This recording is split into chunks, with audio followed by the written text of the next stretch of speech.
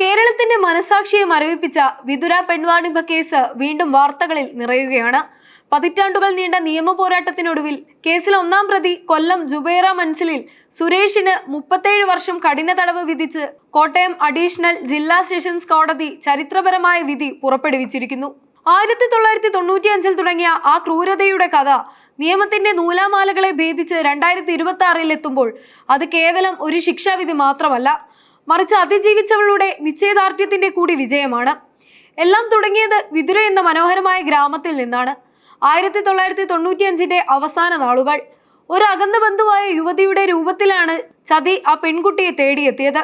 മെച്ചപ്പെട്ട ജോലിയോ സുരക്ഷിതമായ ജീവിതമോ വാഗ്ദാനം ചെയ്ത് ആ പെൺകുട്ടിയെ വീട്ടിൽ നിന്നിറക്കി.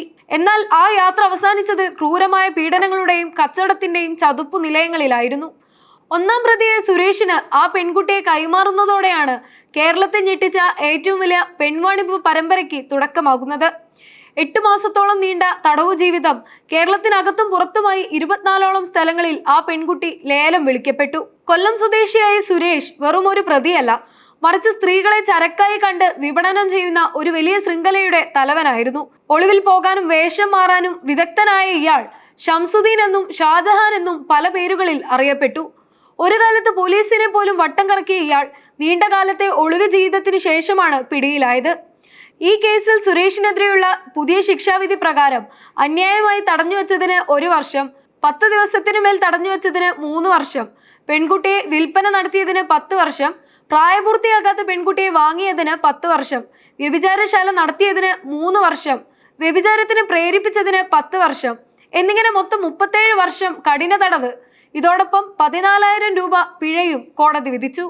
വിതുര കേസ് പഠിക്കുമ്പോൾ നമ്മെ അത്ഭുതപ്പെടുത്തുന്നത് അതിന്റെ വിചാരണ കാലയളവാണ്. 1996 രജിസ്റ്റർ ചെയ്ത കേസുകളിൽ വിധി വരാൻ 30 വർഷത്തോളം എടുത്തു. ഒന്നാം പ്രതി സുരേഷ് ഉൾപ്പെടെയുള്ളവർ വർഷങ്ങളോളം ഒളിവിലായിരുന്നു എന്നത് വിചാരണ തടസ്സപ്പെടാൻ പ്രധാന കാരണമായി. കൂടാതെ ഉന്നതരായ വ്യക്തികൾ ഉൾപ്പെട്ട കേസുകളായതുകൊണ്ട് തന്നെ പല നിർണായക സാക്ഷികളും വിചാരണ വേളയിൽ മൊഴി മാറ്റി. 24 വ്യത്യസ്ത കേസുകളായിട്ടാണ് വിതുര കേസ് രജിസ്റ്റർ ചെയ്തത്. ഓരോ കേസിലും പ്രത്യേകം വിചാരണ നടത്തേണ്ടി വന്നതും കാലതാമസം ഉണ്ടാക്കാൻ കാരണമായി. ഈ കേസിലെ ഏറ്റവും വലിയ നായിക ആ പെൺകുട്ടി തന്നെയാണ്.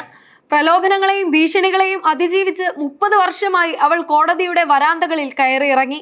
പല പ്രതികളെയും തിരിച്ചറിയാൻ അവൾക്ക് സാധിച്ചു എന്നത് കേസിലെ പ്രോസിക്യൂഷന് കരുത്തായി. നേരത്തെ മറ്റൊരു കേസിൽ സുരേഷിന് കോടതി ജീവപര്യന്തം തടവ് വിധിച്ചിരുന്നു. ആ കേസിൽ 10 ലക്ഷം രൂപ നഷ്ടപരിഹാരവും പെൺകുട്ടിക്ക് അനുവദിച്ചിരുന്നു. ഇപ്പോൾ പുതിയ വിധിയിലൂടെ കോടതി വീണ്ടും നീതിയുടെ വാതിൽ തുറന്നിടുകയാണ്. പ്രതി കുറ്റക്കാരനെന്ന് കണ്ടെത്തിയ മറ്റ് 2 കേസുകളിലെ ശിക്ഷാവിധി വരാനിരിക്കുന്നതേയുള്ളൂ. വിതുര കേസ് കേവലം ഭൂതകാലത്തിലെ ഒരു വാർത്തയല്ല, അത് വർത്തമാനകാലത്തെ ചതിക്കുഴികൾക്കെതിരെയുള്ള മുന്നറിയിപ്പാണ്. സുരേഷിനെ പോലെയുള്ള മനുഷ്യക്കടത്തുകാർ ഇന്നും പുതിയ രൂപത്തിലും ഭാവത്തിലും നമുക്കിടയിലുണ്ട്. ഇന്റർനെറ്റിന്റെയും സോഷ്യൽ മീഡിയയുടെയും കാലത്ത് ഇത്തരം ചതിക്കുഴികൾ കൂടുതൽ സങ്കീർണമാണ്. നീതി വൈകുന്നത് നീതി നിഷേധമാണെന്ന് പറയാറുണ്ടെങ്കിലും വിതുര കേസിലെ ഈ വിധി വൈകിയെത്തിയ നീതിയുടെ പ്രകാശമാണ്. 37 വർഷത്തെ ഈ തടവ് ശിക്ഷ സ്ത്രീകളെയും കുട്ടികളെയും ഉപദ്രവിക്കുന്നവർക്കുള്ള ശക്തമായ താക്കീതാണ്. ഇരയായ പെൺകുട്ടിക്ക് ലഭിക്കുന്ന നഷ്ടപരിഹാര തുക അവളുടെ കണ്ണീരിന് പകരമാവില്ലെങ്കിലും തകർക്കപ്പെട്ട ജീവിതത്തിന് ഒരു ചെറിയ ആശ്വാസമായേക്കാം. ഈ കേസിലെ മറ്റു പ്രതികളായ ഉദയചന്ദ്രൻ, ചന്ദ്രൻ നായർ, OC കുട്ടൻ എന്നിവരുടെ വിചാരണയും നിർണായകമായ ഘട്ടത്തിലാണ്. കേരളം കാത്തിരിക്കുകയാണ് ഇനിയൊരു പെൺകുട്ടിയും ഇത്തരം ഇരുളടഞ്ഞ ഇടനാഴികളിലേക്ക് വലിച്ചെറിയപ്പെടാതിരിക്കാൻ.